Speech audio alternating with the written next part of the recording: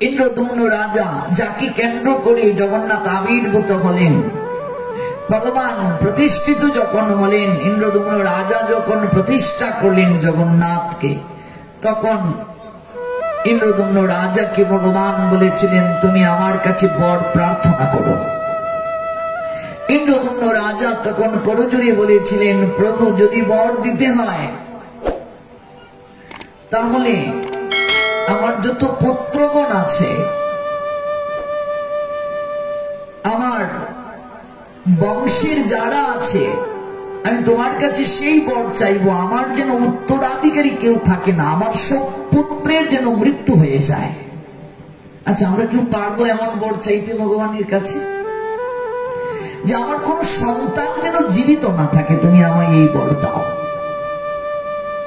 যেন আমার কোন সন্তান না থাকে, উত্তরাধিকারী না থাকে। কারণ আমার যদি কোনো উত্তরাধিকারী থাকে, যদি কোনো সন্তান জীবিত থাকে, তাহলে পরবর্তীতে ওরা সবাই দাবি করবে যে এই মন্দির আমাদের পিতা প্রতিষ্ঠা করে গিয়েছেন। ভালো করে লক্ষ্য করবেন বিষয়টি, বর্তমানে তাই হচ্ছে। এটা আমাদের মন্দির, বর্তমানে দেখবেন সব লোক দেখানো, ধর্ম কর্ম মন্দির, যত কীর্তন, এক পাড়ায় দুটা তিনটা কীর্তন, গ্রামাঞ্চলে এগুলো বেশি, এক পাড়ায় দুটা তিনটা রথ, শুধু লোক দেখানো সব চলছে। যে আমার যেন কোন সন্তান জীবিত না থাকে, আমার যেন কোন উত্তরাধিকারী না থাকে, কারণ ওরা পরবর্তীতে দাবি করবে যে আমার বাবা স্বয়ং ভগবানকে প্রতিষ্ঠা করেছেন, এই মন্দির আমাদের উত্তরাধিকারী সূত্রে। এটাকে তখন তারা ব্যবসার প্রতিষ্ঠান বানিয়ে দেবে। তাই তুমি আমাকে নিঃসন্তান বানিয়ে দাও, যেন সন্তান আমার না থাকে।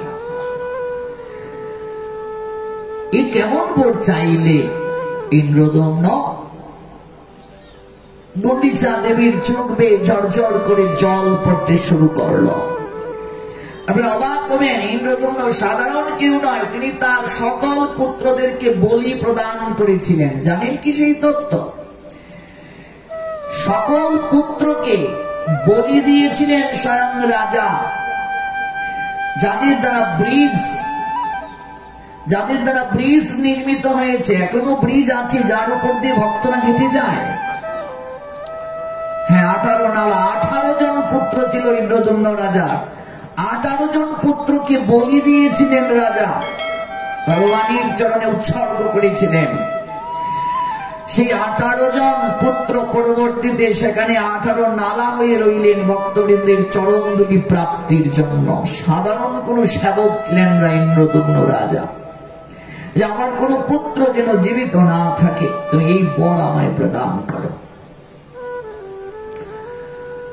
এবার গুন্ডিচা দেবীর চোখ বেয়ে ঝরঝর করে জল ঝরতে শুরু করলো।